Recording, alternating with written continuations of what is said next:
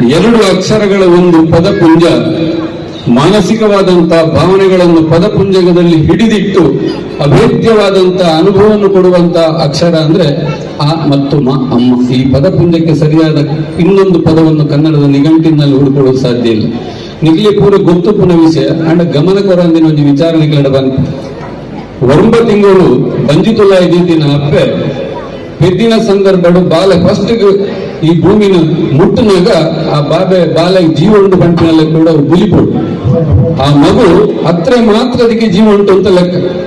ಮಗು ಅಳದೇ ಇದ್ರೆ ಡಾಕ್ಟರ್ ಒಂದು ಪೆಟ್ಟು ಹಾಕ್ತಾರೆ, ಆಗ ಮಗು ಅಳ್ಲಿಕ್ಕೆ ಶುರು ಮಾಡ್ತದೆ. ಯಾವಾಗ ತನ್ನ ಮಗುವಿಗೆ ಜೀವ ಉಂಟು ಅಂತ ಅಳುವುದರ ಮೂಲಕ ತಾಯಿಗೆ ಗೊತ್ತಾಗ್ತದೋ, ಆ ಹೆರಿಗೆಯ ನೋವಿನ ಮಧ್ಯೆ ಕೂಡ ಆ ಸಂಕಟದಲ್ಲಿ ಕೂಡ ಆ ತಾಯಿಯ ಮುಖದಲ್ಲಿ ಒಂದು ಮಂದಹಾಸ ಬರ್ತದೆ. ಬಕ್ಕಕ್ಕೇನು ಆನಪೌಣ ಶುರು ಬಾಲೆ ಬಲಿಪುಡು. ಪ್ರತಿಯೊಂದು ಮಗುವಿನ ಜೀವನವು ಆರಂಭವಾಗುವುದು ಜೀವಂತಿಕೆಯ ಲಕ್ಷಣವಾಗಿ ಅಳುವಿನಿಂದಲೇ ಜೀವನ ಪ್ರಾರಂಭವಾಗುವುದು.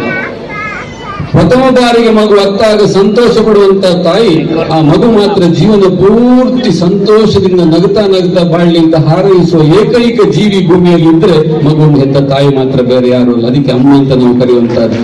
ಕಿವಿ ತುಂಬ ಕೇಳಬಹುದಾದ, ಕಣ್ಣು ತುಂಬ ನೋಡಬಹುದಾದ, ಬಾಯಿ ತುಂಬ ಉಚ್ಚರಿಸಿ ಕೂಗಬಹುದಾದ, ಹೊಟ್ಟೆ ತುಂಬ ಊಟ ಮಾಡಿ ತಣ್ಣಗೆ ಮಲಗಬಹುದಾದ 2 ಅಕ್ಷರಗಳ ಒಂದು ಪದ ಅದು ಅಮ್ಮ. ಅದಕ್ಕೆ ಸರಿ ಸಮಾನವಾದ ಇನ್ನೊಂದು ಪದ ನಮ್ಮ ಈ ಭೂಮಿಯಲ್ಲಿ ಹುಡುಕೋದಕ್ಕೆ ಸಾಧ್ಯ ಇಲ್ಲ.